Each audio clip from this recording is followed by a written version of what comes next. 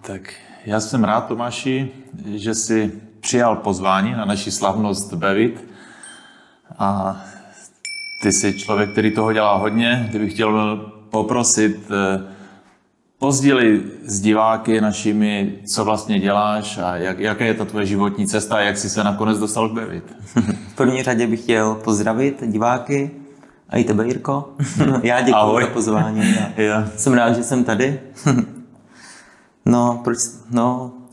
Tak nějak, abych trošku shrnul tu moji cestu, nebo kým jsem, tak vlastně jsem bývalým zápasníkem juda, potom jsem dělal MMA, do nějakých 19 let jsem se tím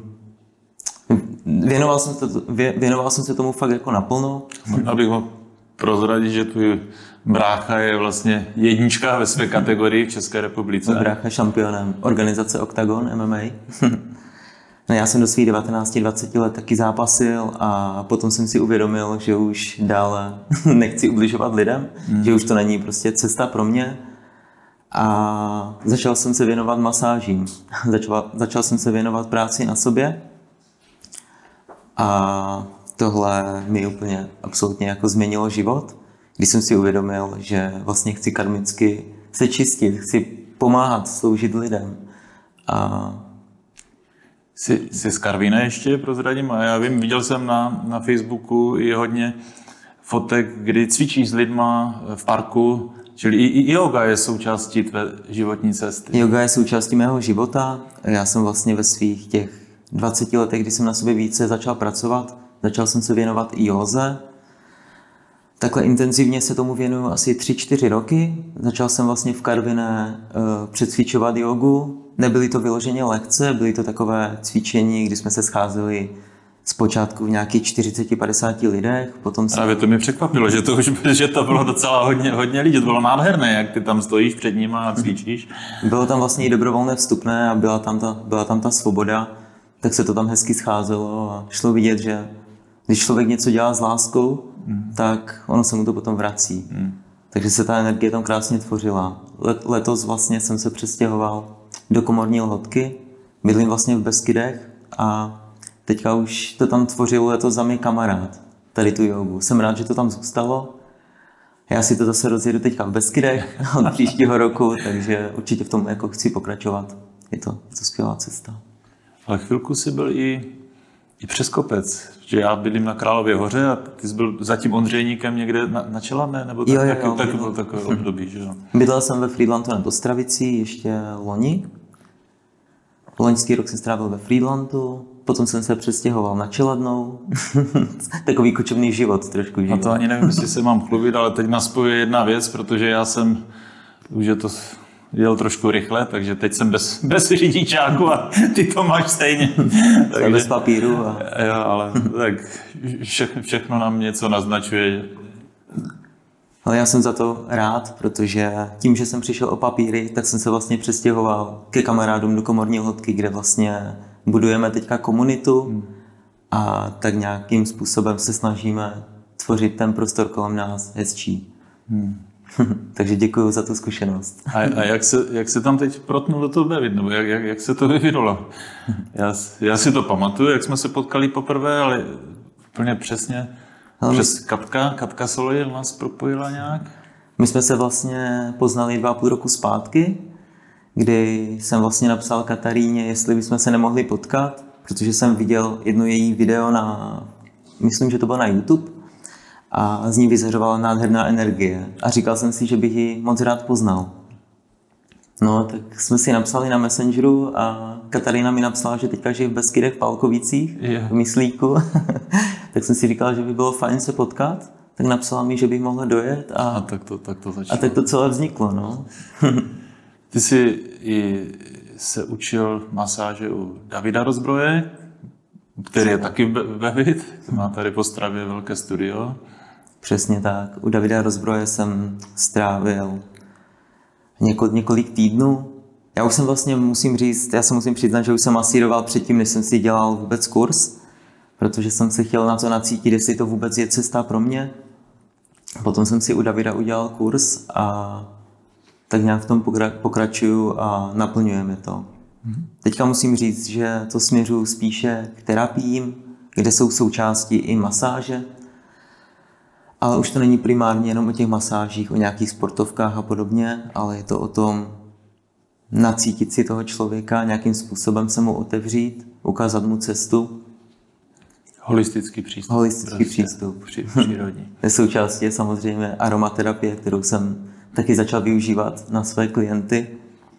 A musím říct, že nejvíce to pociťuju na jejich psychice. Že to ovlivňuje fakt jejich psychiku, mám pocit. Čili rukama se snažíš napravovat svaly Tak. a ty olejčky harmonizují i na ostatních úrovních. Fajn.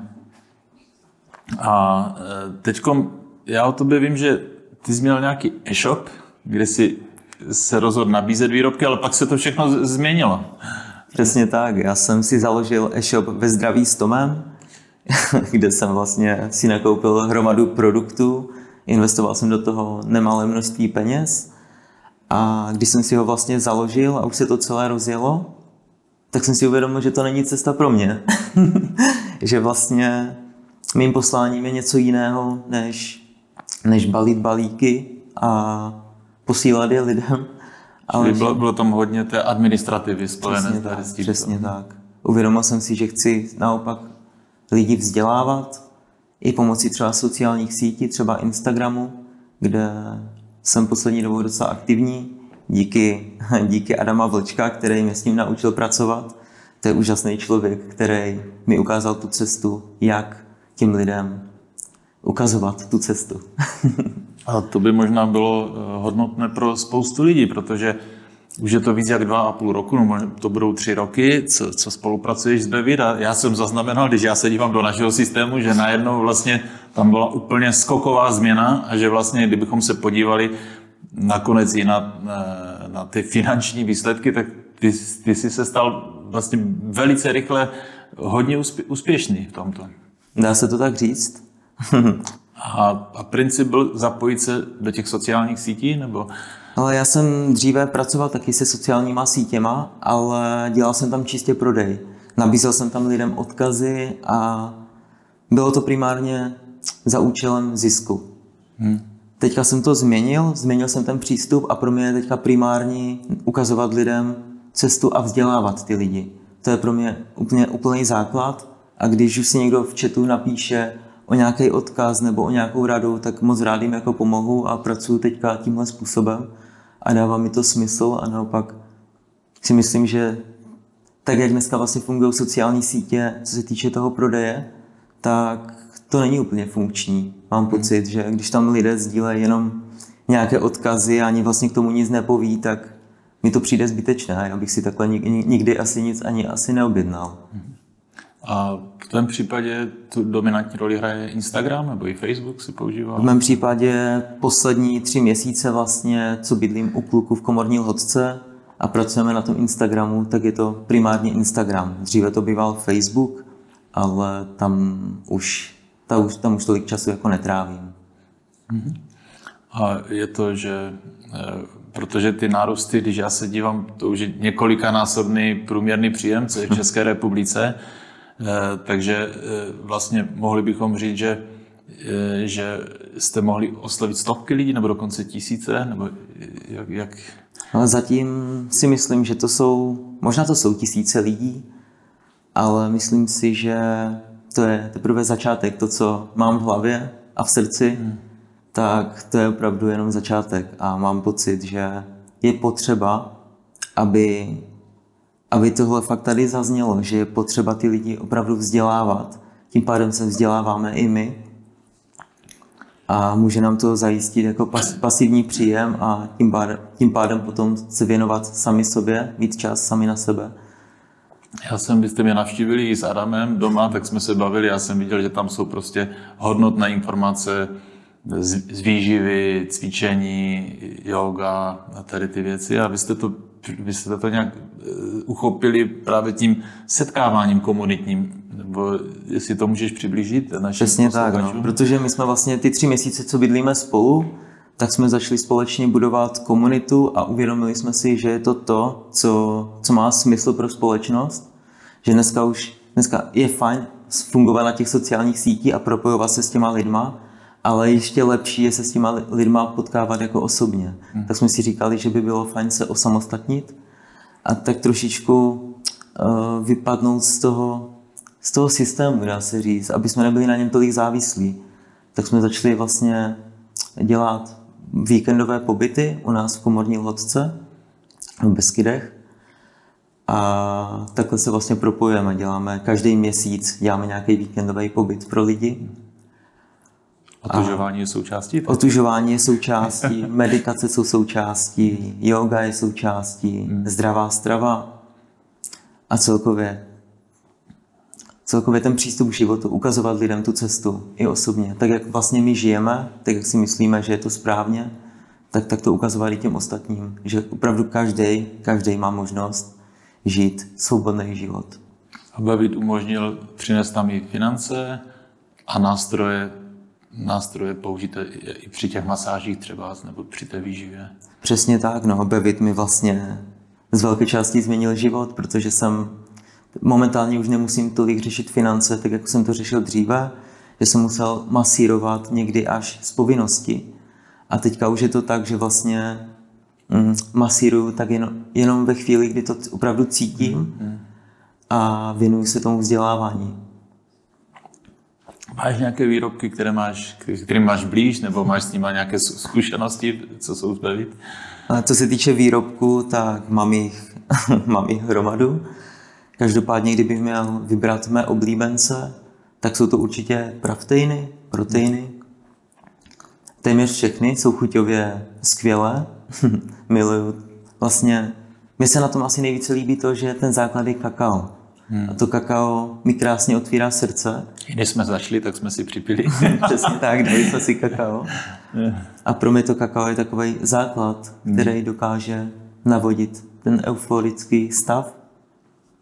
A když tohle je ten základ, ještě je to obohacené o ty super potraviny, tak opravdu jsem si to oblíbil. No. C60 taky? C60 je praftein, který vlastně používám nejčastěji, používám ho pravidelně. Vlastně mám vždycky takovou 3měsíční kůru, kdy to užívám téměř denně, když si na to vzpomenu. Ono je to tak dobré, že vlastně že těch balení někdy spotřebuju i několik do týdne, musím říct. Já to mám stejně. Mi se ptají, jestli užívám každý den C60. Já to mám tak, jak ty, když si na to vzpomenu, čili někdy zapomenu, ale většinou si dám. Viděl jsem na Facebooku i fotku s tím bráchou, jak měl ten velký zápas, tak tam byl hodně změněný, hodně nateklý a ty jsi mi říkal, že i on používá, ale že je trošku lajrak, že ti nedává zpětnou vazbu. Jo, musím ho o to prosit, ale tak on toho má hodně, tak to chápu. Každopádně si myslím, že C60 je právě ta věc, která mu v té regeneraci jako pomáhá. Samozřejmě on těch produktů bere více, takže je těžké to takhle jako zhodnotit, ale musím říct, že třeba na svých klientech můžu říct, že ta C60 fakt jako působí skvěle. Sandra, když tě uváděla, tak zmínila ještě ten pobyt ve tmě. Já vím, že to pro tebe byl taky důležitý moment. Můžeš něco přiblížit posluchačům? Já jsem byl vlastně na pobytu ve tmě dvakrát. Jednou předloni a po druhé loni. Předloni jsem byl na 7 dní, kde jsem to měl včetně jídla. A loni jsem cítil, že už to musím trošičku posunout, tak jsem si to dal i bez jídla. Dal jsem si to v půstu s tím, že vlastně 8. den už jsem se musel najíst, protože mé fyzické tělo už bylo fakt na pokraji smrti. Už jsem chodil po 4 provodů a už to byl jako extrém.